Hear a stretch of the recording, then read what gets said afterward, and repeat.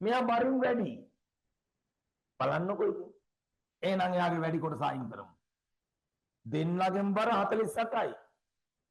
හරිද? අරාබියට මාළුව දෙන්නෙක් දානවා. හරි? මාළු කූරියෝ දෙන්නෙක් දැම්මාම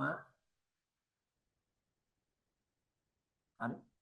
අරාබියට මාළු කූරියෝ දෙන්නෙක් දානවා.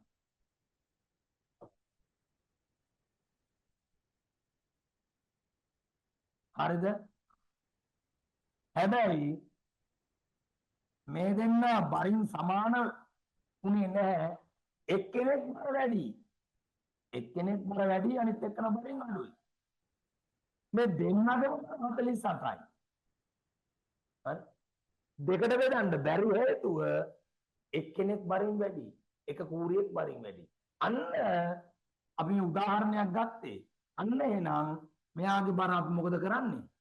වැඩි කෙනාගේ බර අඩු කරනවා. 8න් 6ක් අඩු වුණාම 2යි. මේ හතරේ එහෙමමයි. ඊට පස්සේ මොකද කරන්නේ? දැන් හරි අර වැඩි ටික දුන්නා. දැන් කිසිම ගැටලුවක් නැහැ. මෙයා මේ බර දෙකට බෙදන්න පුළුවන්. මේ බර දෙකට බෙදන්න පුළුවන්.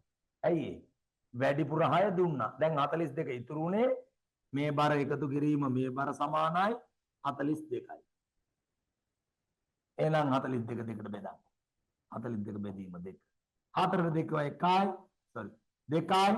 දෙවරක් 2 4යි. 4න් 4ක් බිඳුවයි. 2ට 1යි. 1 වරක් 2 2යි. 2න් 2ක්. අන්න දැන් මෙයාට 21ක් දෙනවා. මෙයාට 21ක් දෙනවා. දැන්